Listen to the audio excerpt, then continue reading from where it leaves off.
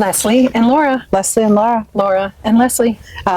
Leslie comes from Kitchener, Ontario, Canada, and is here in Berkeley for the Berkeley Executive Coaching Institute's Coaches Conference 2023.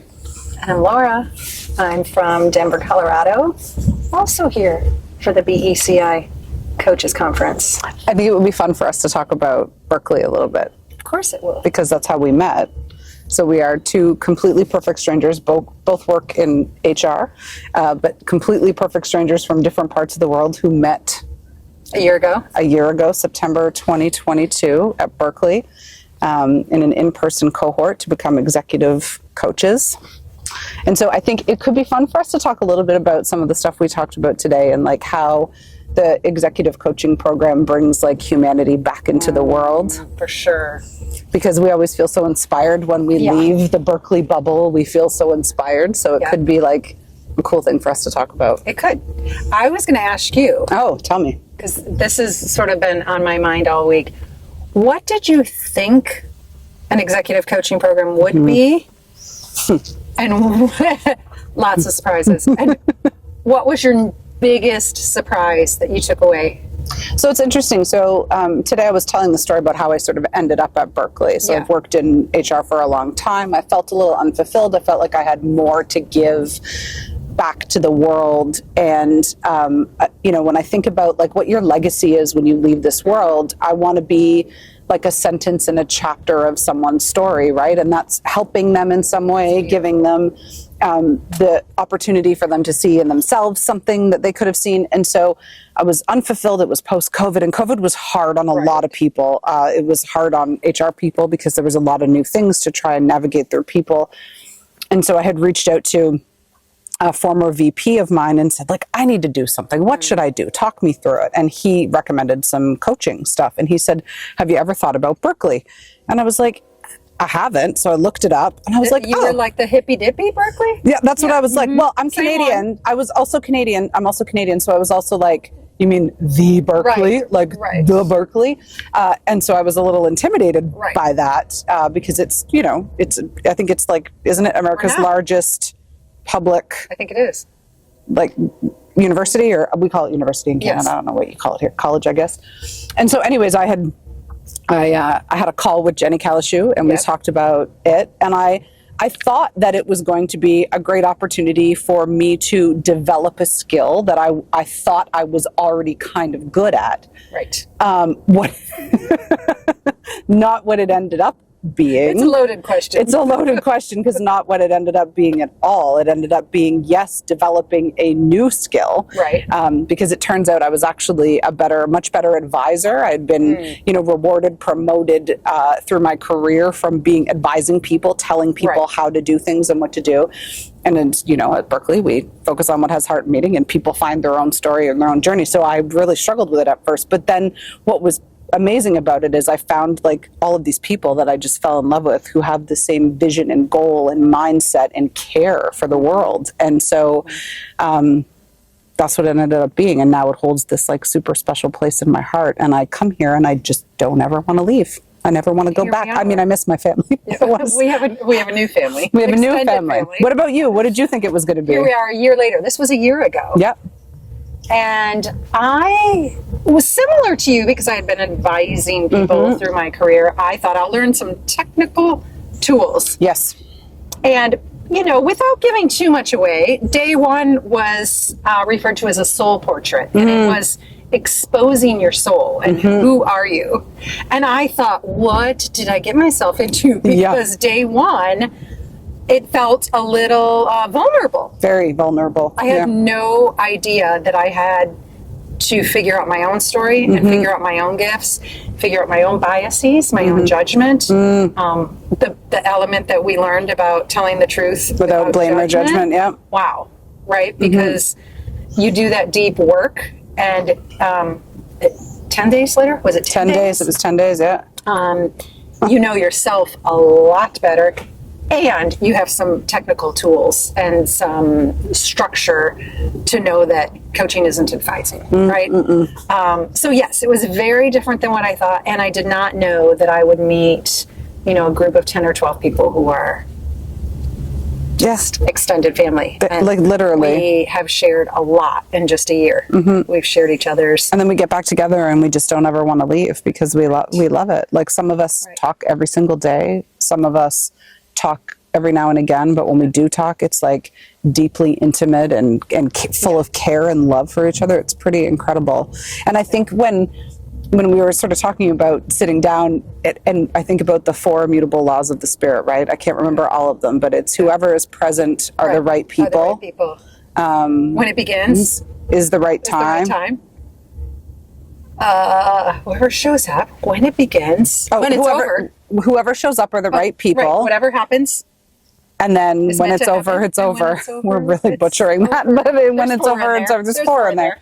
And I think it's something that's, really stuck with me over time is that, like, just letting go, being open to outcome and letting go of what I think should happen. And I was really, it was really interesting for me today, and this is probably some reflection, but I was thinking about Corbin's story that he shared this morning, and his story about how you as a human like have the power to do something, to say something when you see someone in need, someone who needs help. And so when he was telling that story about sort of going by that family who needed need, and the father was screaming like, can someone help me? My family, we need shelter, and he was talking about how he drove right past them and it haunted him for years. That like was the biggest gut punch that I've had in a really long time, because I think about how many times we pass people who need help, or we just walk on by and carry on with our lives and we don't help them, and how it can haunt you when you have the ability to help someone and you don't. Well, I didn't expect that out of coaching. I didn't know the power of a question. I didn't know the power of just holding space for someone. I had no idea. I thought it was like coaching them to get a job, or coaching them. I had no idea that coaching them in their professional development, like as how do I get my next promotion or whatever, right? I had no idea the power of just asking someone a question to hear their story and to validate them, and then just holding space. And seeing what happens when you ask the question, right? Like, that's magical. It's because we always think we know what people are going to say, or we think we know how people are going to respond, and then we ask them a question. Oh, we think we know their story. Or we infer our advice. Because we think we know better, but it's their story. And I did not expect that out of coaching. No. That was a huge problem. Because what we have done as HR people for our whole lives is advised. Of course. Right? Like we have been rewarded and promoted. And because they need us to tell them what to do. Right? But then you go to this place where you just ask questions and you let people find their own answers. It's pretty cool. It's pretty powerful. They have the wisdom. What was your biggest takeaway from this week, do you feel like?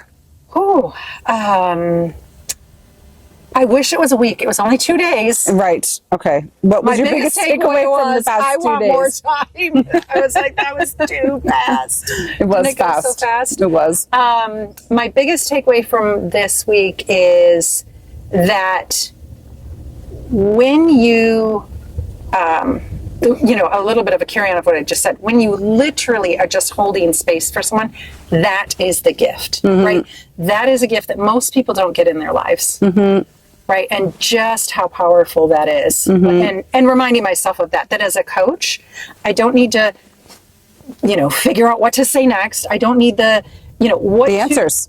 No, your person has the answers, that everybody has the answers inside them. And what they actually need is to be heard. And that doesn't come automatically as a skill set, to listen, right? To just listen with intent. And so, just kind of coming back to that this week, and coming back to that basic gift that we can give any human. They don't need to be looking for a job. No. They don't need to have a corporate executive title. Not at all. That any human deserves to have a safe space that they can just ask questions and have somebody listen.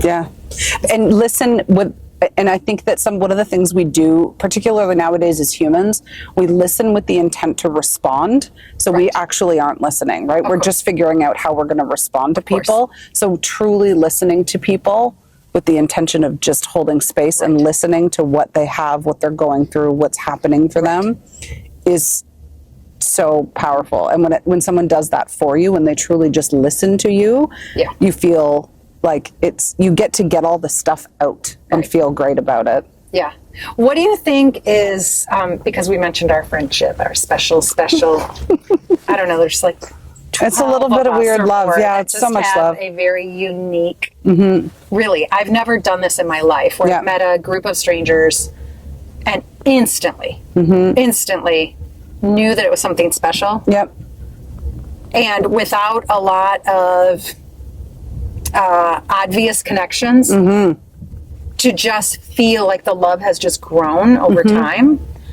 What do you think it is? What do you think is like the secret sauce? Well, we always say it's Jenny Calashue magic, but what is the secret sauce? What is it? What makes us so special? I think we all showed up in a place at a time where we knew we wanted to be able to give in some way. Like every single one of us wants to be in service in some way, right? And we still had PTSD from COVID. I mean, this was 100%. fresh out of like lacking connection. Lacking connection. And we knew we wanted to be in service. We were lacking connection. And I don't know, man. I think the universe also just kind of gave us each other. And it's special. And I was saying to one of our friends, Patty Co, tonight.